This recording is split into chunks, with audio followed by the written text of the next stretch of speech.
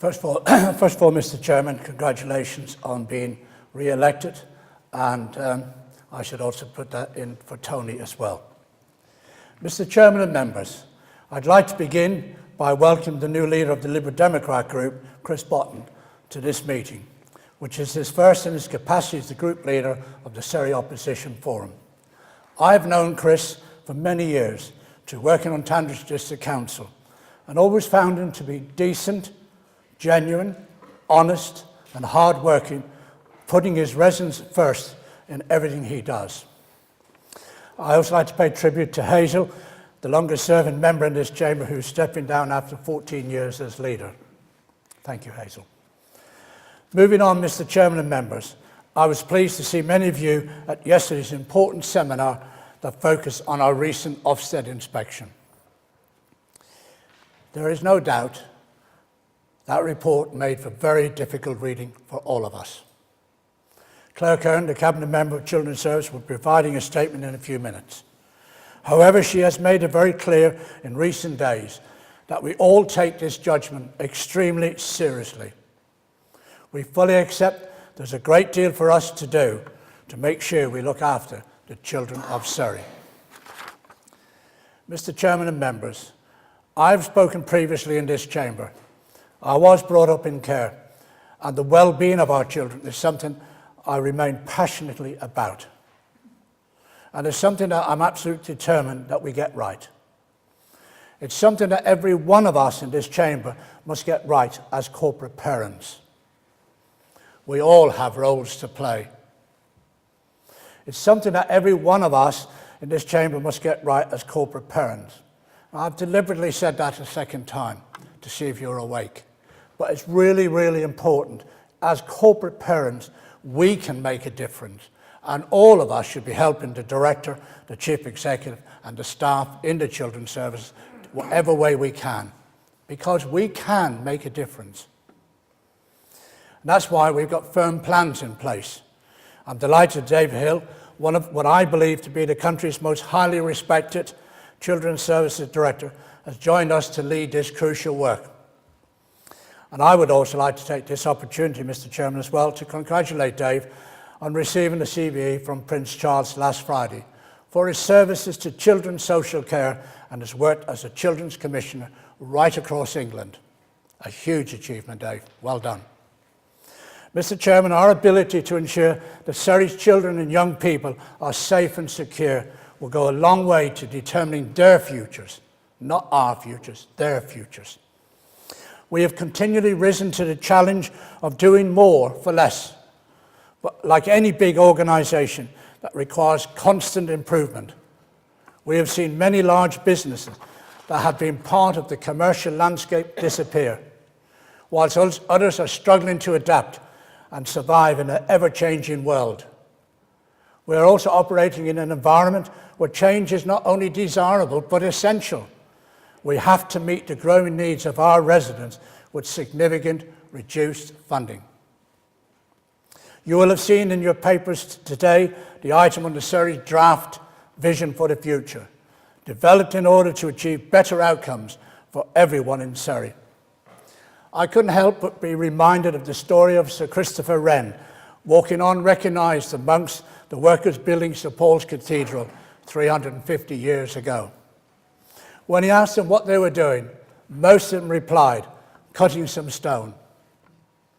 But one man replied, we're helping Sir Christopher Wren to build a beautiful cathedral. That man understood the vision, understood its purpose, and the part he would play in that. For great projects to be successful, everyone involved should recognise their part is just as crucial as anyone else's part. With that in mind, Mr. Chairman, we are putting together plans for a programme of transformation that will allow us to enhance the services we provide whilst also ensuring we respond to rising demand pressures. It's therefore vital that we must look at radical solutions to make our services as efficient and as effective they can possibly be. To achieve this, we need to deliver service in a more imaginative and a more innovative way, and will mean working much more closely with our partners, such as our district and borough councils, the health service and the voluntary sector. It's a vision that must be shared by everyone in Surrey. That's why I'm calling upon everyone to help us shape it. Residents, members, staff, partners. We are beginning a period of intense engagement so that all those who have a stake in the future of our beautiful county can have their say. We want our children to be safe, Mr. Chairman. We want our elderly to be cared for. We want our families to have a home they can call their own.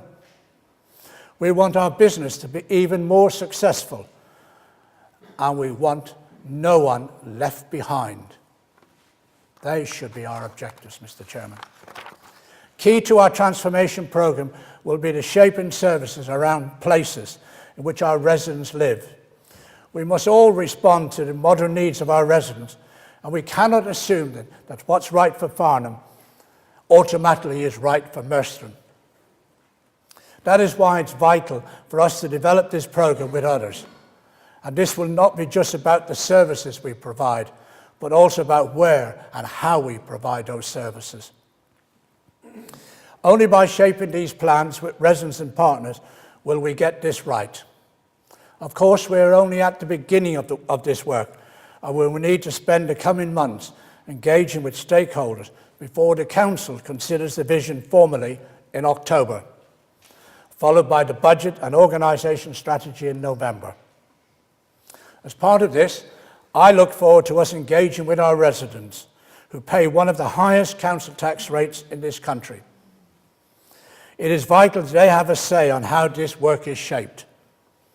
Surrey businesses are the lifeblood of this county and make a significant contribution to the success of the county and the country as a whole. I'd like to hear from them, and as many of them as possible. They have a crucial role to play in the economic, social success of our county. Furthermore, Mr. Chairman, I've said all along that we are not the dominant council in Surrey. We are simply one of 12 councils that work as one team to deliver the best outcomes to our residents. So, of course, we will be consulting our district and borough colleagues to hear their vision, their ideas and their solutions. We have one of, I believe, probably the best working relationship across the country with our district and boroughs partner. I believe it's the envy of many other counties. In addition, I look forward to consulting with our hard-working staff, and I'm currently visiting various offices around the county with the Chief Executive to hear their views on the County Council and the services we deliver. They can offer a huge opportunity for them to play their part. And of course, other partners such as the NHS, the voluntary sector, and the faith and communities have a role in helping to set this vision. Only by pulling together the thoughts, the ambitions of these different groups will we be able to develop the program of work that's worthy of success and worthy of the people of Surrey. Mr. Chairman, the people of Surrey understand. They understand the pressures of demand. They understand the lack of funding from government. They understand that we must be realistic and live within our means. And they also understand that we will have to continue to make some really tough decisions. There will be things that we will simply not be able to do, no matter how much we might want to achieve that. And members, I have challenged you in this chamber in the past to be your game changer in your local community. And I know that many of you have already seized that opportunity. But this gives you the chance to be that community leader, to work together as one team with your residents and your businesses, and sow the seeds of change to make a difference to the residents that you represent. I think that's a great challenge. It's a great opportunity for every one of 81 of us to make a difference in our community. Let's do it. Let's show the people of Surrey that the 81 councillors they elected are worthy of that vote. I urge you to speak to your local residents, your business, your community groups, anyone who has the chance to speak to. Make sure they are given a voice and their thoughts and ideas are heard. We need to hear them, ladies and gentlemen. Mr. Chairman, over the past 8 years, members and staff have worked tirelessly to achieve a balanced budget or manage a small surplus, but the challenge will not get any easier. I regret, in fact, it will get harder, much harder.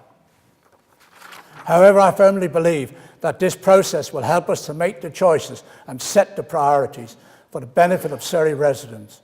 Some will no doubt say this is about us avoiding having to make those important decisions. They are wrong. This process will provide us with the evidence and the insight to make the best decisions, to make effective use of our resources, and generate the income we need to provide quality services to our residents. In order to make this happen, Mr. Chairman, I have refreshed the Cabinet portfolios to reflect the changes in the senior leadership team and our new approach. And central to this work will be a focus on people and places. The focus on people will be responsible for ensuring services are joined up, easy to access and efficient. And let's cut out the waste. The focus on place will be responsible for harnessing the work we do alongside our partners to make the best use of our combined resources, knowledge and assets. As a result, I'm delighted to announce that Tim Oliver will be the lead Cabinet Member for People, Colin Kemp will be the lead Cabinet Member for Place, and Helen Clack will be the lead Cabinet Member for Corporate Support Services. I call her my goalkeeper to make sure we've got all the back office services working together and make sure we don't score own goals. In addition, to ensure we have the capacity to make it a success, I'm pleased to announce the appointment of Alison Griffiths, Charlotte Morley, Cameron McIntosh, and Jeff Harris as the new Deputy Cabinet members. As well as providing extra capacity and know-how, this will also ensure that we have the necessary knowledge and experience of Cabinet to continue its work in the future. Furthermore, Mr. Chairman, much of the transformation work will be led and driven by a refreshed senior officer team. And while I'm saying that, I think the Chief Executive has really got a handle on it, and I am delighted with what she's done so far. And I think the next couple of appointments, I think you will see an extraordinary, strong senior leadership team that's ready and capable of leading this organisation. As you know, Mr. Chairman, we've delivered over 540 million of savings over the past 8 years. Yet, and despite that, in the face of 200 million cut from central government. In addition to Dave Hill, we have already welcomed, may I also welcome Michael Coughlin, the Interim Director for Customers Digital Transformation. And both have made a positive start in their roles, and my Cabinet and I are greatly looking forward to working with them. And I hope every member in this Council will get to know Dave and Michael and see the experience that they can bring to us. I think we are very fortunate to have found them. Nonetheless, Mr. Chairman, I have complete confidence in our leadership team and our staff. Our staff are our asset, the biggest asset we could have. And despite the difficulties of the offset, I think we should pay tribute to every single member of staff we have in this organisation. They are a credit to the people of Surrey. And you members in this chamber will help us to transform the outcomes for our residents. I want people to say to me, do you know, I met so-and-so yesterday, Mr. Hodge. What a great councillor that person is. What about that councillor and that councillor? Because the more times people talk to me about members, and they do talk to me, surprisingly, not sure why, but they do, I am absolutely enthralled of the work and success that many people do. Even those in the opposition parties, there are some who do a great job. But at the end of the day, all of us must stand up and look at ourselves in the mirror and say, are we doing our best? We put ourselves up for election.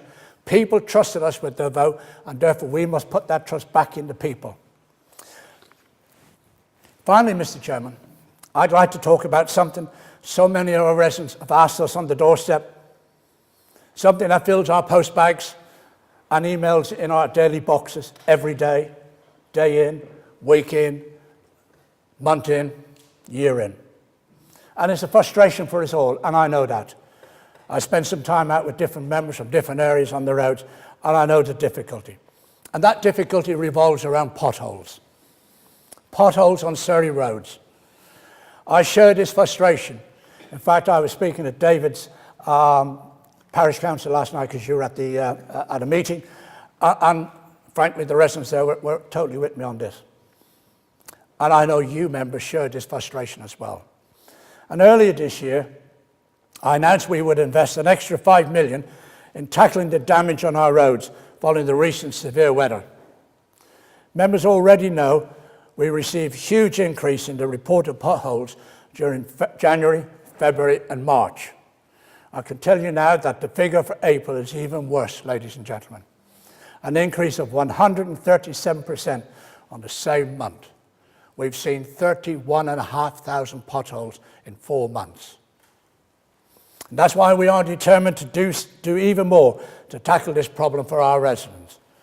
And over the next 2 years, 18 months to 2 years, we will invest a further $15 million on improving our roads. That's a total of $20 million of new money. We will look again at the roads identified by members and make extensive repairs to extend their lives. Mr. Chairman, despite repeated efforts to get government ministers to recognise that they severely underfund our roads, they have refused to act.